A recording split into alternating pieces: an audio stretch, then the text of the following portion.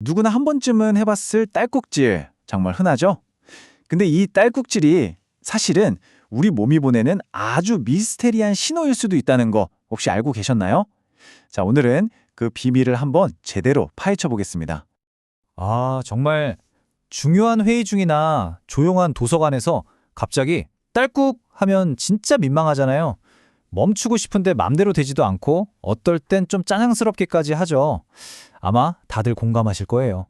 네, 의학적으로도 딸꾹질은 대부분 큰 문제 없이 저절로 멈추는 약간 성가신 증상 정도로 봐요.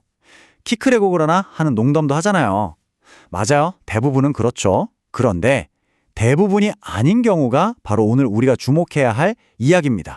자, 그럼 먼저 우리 모두가 겪는 이 성가신 반사작용은 도대체 왜 일어나는 걸까요? 그 원인부터 한번 보시죠. 어때요? 딱 보면 아는 것들이죠? 막 급하게 밥 먹거나 탄산음료 마셔서 배가 빵빵해질 때, 아니면 뜨거운 거 먹고 바로 참을 마실 때, 또 술 한잔하거나 너무 재미있어서 막 웃다가 딸꾹질 시작된 경험 다들 있으시죠? 네, 바로 이런 일상적인 순간들이 딸꾹질을 부르는 흔한 범인들입니다.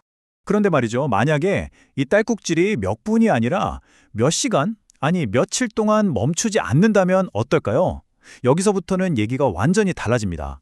이건 그냥 성가신 게 아니라 우리 몸이 보내는 일종의 경고등일 수 있거든요.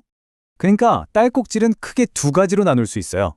금방 멈추는 우리한테 익숙한 일반적인 딸꾹질이 있고요. 계속 반복되고 멈추지 않는 지속성 딸꾹질이 있는데 바로 이 두 번째 녀석이 문제예요. 다른 병이 숨어 있다는 신호일 수 있거든요. 이 멈추지 않는 딸꾹질의 원인이 될 수 있는 질병이 무려 100가지가 넘는다고 합니다. 와, 100가지라니 정말 가볍게 생각할 일이 아니죠? 그 원인들을 보면요, 소화기 문제부터 시작해서 뇌나 척수 같은 중추신경계, 심지어 심장 문제까지 정말 상상 이상으로 다양해요. 심지어 최근에는 코로나19의 좀 특이한 초기 증상으로 멈추지 않는 딸꾹질이 나타난 경우도 있었다고 합니다. 자, 그렇다면 병원에 갔을 때 의사들은 이 멈추지 않는 딸꾹질의 진짜 원인을 어떻게 찾아낼까요? 우리 한번 그 과정을 따라가 보죠.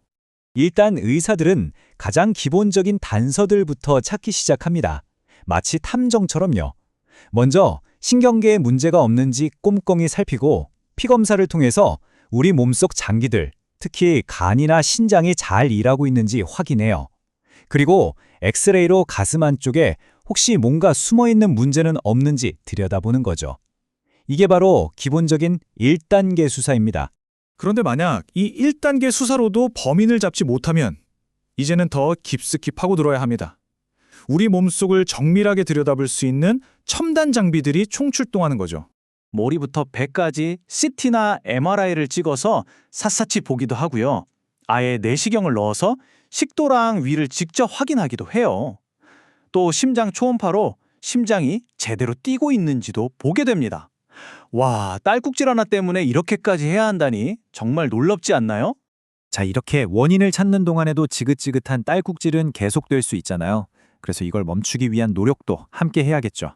우리가 아는 간단한 방법부터 아주 전문적인 치료까지 어떤 것들이 있는지 한번 보겠습니다.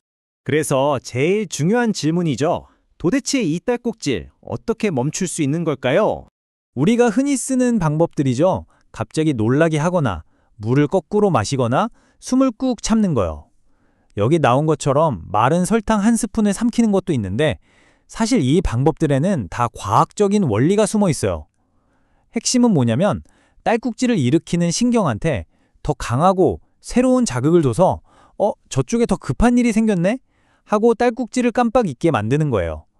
일종의 주의 돌리기 작전인 셈이죠. 하지만 이런 방법들이 전혀 통하지 않는 끈질긴 지속성 딸꾹질의 경우에는 얘기가 다릅니다. 이럴 땐 반드시 전문적인 의학의 도움이 필요해요. 2단계가 되면 이제 약물 치료를 생각하게 됩니다. 의사들은 딸꾹질을 일으키는 신경이 너무 예민하게 구는 걸 막기 위해서 여러 가지 약을 써요. 신경을 좀 안정시켜주는 약이나 근육이 갑자기 수축하는 걸 막아주는 약 같은 것들이죠. 근본 원인이 뭐냐에 따라서 아주 맞춤형으로 처방이 들어가는 겁니다. 정말 만약에 약으로도 효과가 없다면 어떡할까요? 그야말로 난치성 딸꾹질인 경우인데요. 이럴 때를 대비한 마지막 수단들이 남아 있습니다. 이건 정말 최후의 방법들이에요. 딸꾹질을 일으키는 주범인 횡격막 신경의 스위치를 마취제로 잠시 꺼버리는 신경 차단술을 하기도 하고요. 아니면 아예 다른 신경에 전기 자극을 줘서 신호체계를 교란시키는 방법도 써요. 아주 드물게는 전신 마취로 몸 전체를 한번 리스시키기도 한다고 합니다. 근데 이런 방법들조차 100% 성공을 보장하지는 못한다고 하니 정말 딸꾹질이 무섭게 느껴지네요. 결국 우리가 오늘 한 이야기를 한 문장으로 요약하면 바로 이거예요. 우리가 맨 처음에 봤던 문장이랑 똑같은데 이제는 그 느낌이 완전히 다르게 다가오죠? 맞아요. 대부분은 그냥 지나가는 해프닝이지만 때로는 우리 몸이 보내는 아주 심각한 경고 신호일 수 있다는 것. 이걸 꼭 기억해야 합니다. 그러니까 앞으로 딸꾹질을 할 때 그냥 아, 또 시작이네 하고 넘기지 마시고 한 번쯤 잠시 멈춰서 생각해 보세요. 이게 그냥 단순한 해프닝일까? 아니면 혹시 내 몸이 나한테 보내는 어떤 숨겨진 메시지는 아닐까? 하고 말이죠.